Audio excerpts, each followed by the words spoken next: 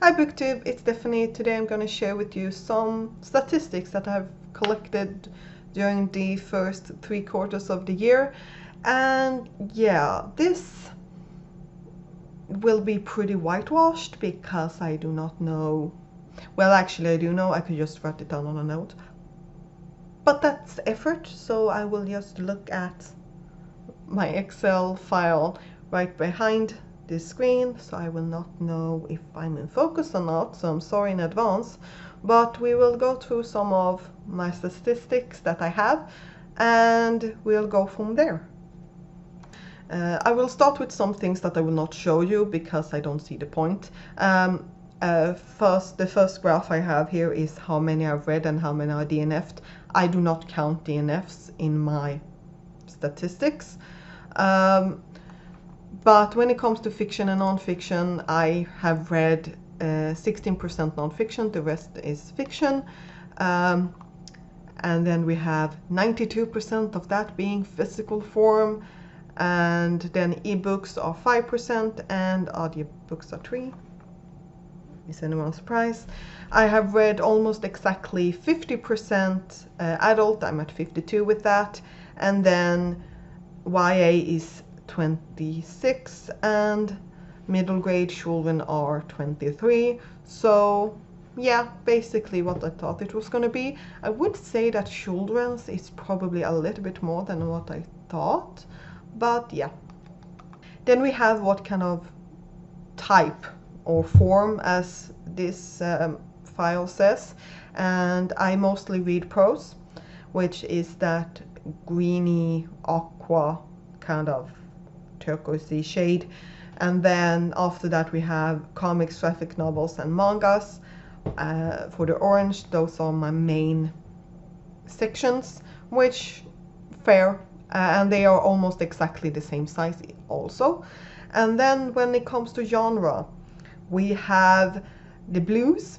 So we have the dark blue, which is fantasy, and the lighter blue, that's sci-fi. And then we do have that greeny shade again. Right next to that is this lilac, and that stands for SFF, so when it's a mixture. So combined, those are almost 70%. I think it was 69 when I counted. So the majority of my reading is science fiction and fantasy, and after that it's general fiction and then mystery crime, basically. When it comes to the fiction, when it comes to the non-fiction, it's general non-fiction that I have. So it's not like science-based, and it's not memoirs or things like that. So I'm not surprised by the fact that I read mostly fantasy, to be fair. This one I'm going to show because it's just embarrassing, and this is when the books were published, and this is a very straightforward graph. The first one that was in this Excel file itself, I read one book, or actually a short story that was free on Tor.com, that comes from 2020. All the other books that I read comes from before that. And if we look at the publication year, which is the graph that I made, most of the books that I've read is from 2019, which I was pretty surprised by.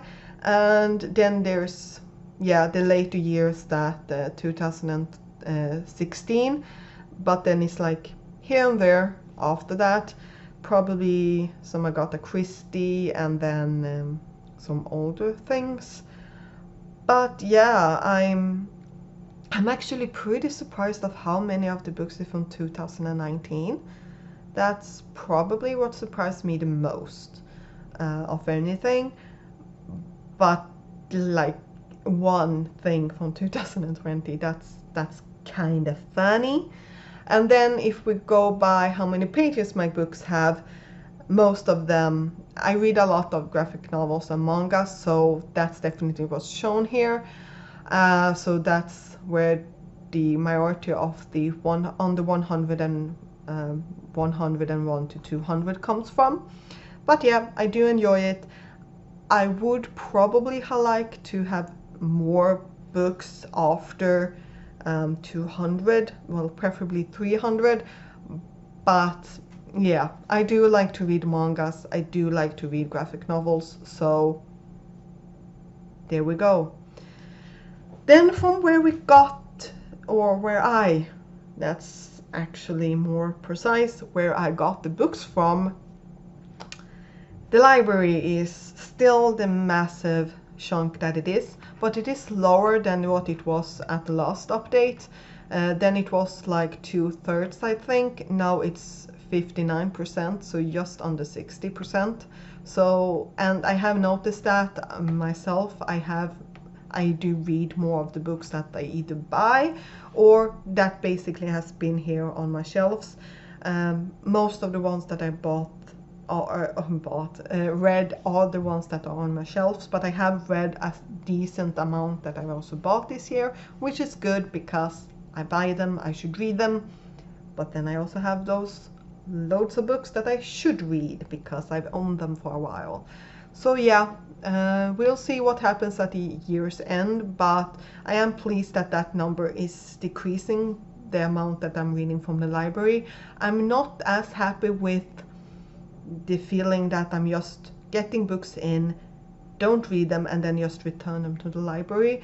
So I have been pretty strict the last couple of times and have not borrowed that many books, or I've just gone in, returned, and then gone out. So there's that. And then for, oh yeah, this one. Books finished by month. Yeah, July 0. Yeah, I do really want to get back to what I would feel is my normal reading, which is about 8 to 10 books a month.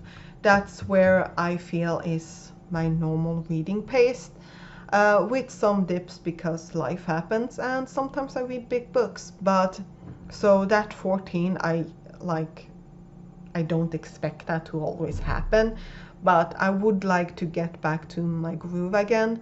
So yeah, that's just a personal feeling. I don't mind to have a month where I don't read as many books as I have before, but yeah, I definitely want to get back in my reading mood to read. And I have, in September, I've finished 3 books, but I have read during the entire month. It just haven't been that much. It has been a little bit here and a little bit there. Then for star ratings, a lot of them are like focused around 3.5 stars, which, yeah, I mean, why not? I do have some, yeah, it's focused there, which I think is pretty good because that means that I'm enjoying most of the books that I'm reading, which is great. And the majority of the books that I have read are 3.5 stars and up. So I'm liking that statistic and I'm pleased with it. And then for fun, I decided to also do a buddy read star rating statistics. And if I had filmed this video a couple of months ago, it would have been way over the total average star rating. Right now it's a little bit below, not too much, but yeah. And that has to do with anxious people and vicious not being as great as I wanted it to be. But yeah, I still think that's a fun statistic to have, and it used to be, as I said, a bigger difference between them, with buddy read being way more than the average in total. Then we have some more like about the authors, and the first one being male to female to non-binary and then other or unknown. And for that, this is more what I thought that it was going to be in April when I did this. I'm almost 50%. I'm at 49% male authors and 40% female authors or artists, and then 11%, which I don't know what gender they are. So yeah, this is more what I thought it was going to be, and yeah, we'll see what happens at the end of the year. But yeah, I still like this statistic. I don't mind it. It's what it is. And then we have continent of origin, which last time was 50% North America. It's still 47, but it's being pushed out a little bit. Europe has gotten more, and yeah, and I have added one book from a person from South America. I do have another one on my I need to read this year list, but it has actually been harder than I thought to get one with an author from Africa that I want to read. The one that I want to read has always been that someone else then wants to read the book before I can get to it. So, and also I haven't looked anything up for all the books on my shelf, so I don't have, oh, that's one. That's something that I'm working on till next year so that I can have a list of that. But yeah, I am increasing the European representation in this graph, and I'm trying to push out North America a little bit. When we then look at nation of origin, most of the books are from the US. The second one is UK, and then Canada. So US is that greeny aqua color, the dark blue is UK, and then the color in between those, that light blue, is from Canada. So that's where the majority of the books I'm reading is. But if we go by order of how many books I've read, the first one is US, then we have UK, then we have Sweden, and then Canada. That's also sharing a place with Japan. So yeah, we'll see what happens to that one. I am pleased to see that the US one gets smaller and smaller, because I feel like I need to read books from Europe because I'm European. When we then look at POC rep and queer rep, they are about 25%. So is books in translation. But that one is a weird one, because obviously if an English book has been translated to Swedish and I read it in Swedish, it's translated. So yeah, about a quarter, which is actually slightly better than what it was in April. There we go. But yeah, as I said, I have a hard time with those because I want to read books that I'm interested in, not just because they are written by a person of color or because they are written by a white person. But what I can do, because as I said in my last statistics video, which was also a goals update, I don't look at that when I pick up a book. And yes, I'm aware that person of colors, especially in the US, have a harder time getting published.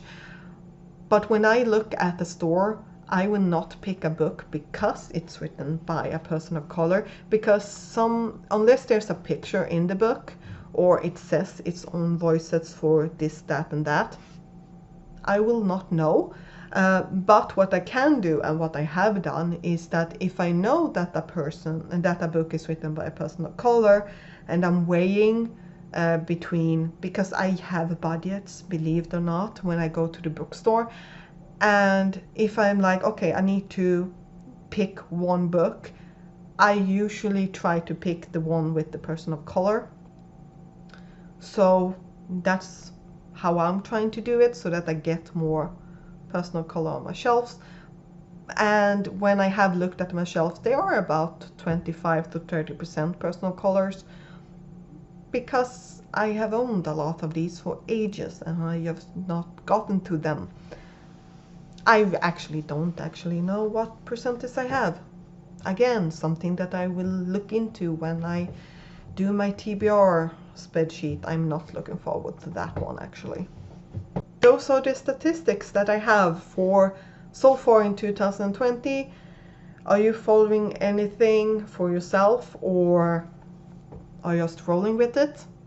Tell me down below, and we'll see. I'm still working on trying to get that library one slightly pushed, but I still have a lot of books that I want to read from the library.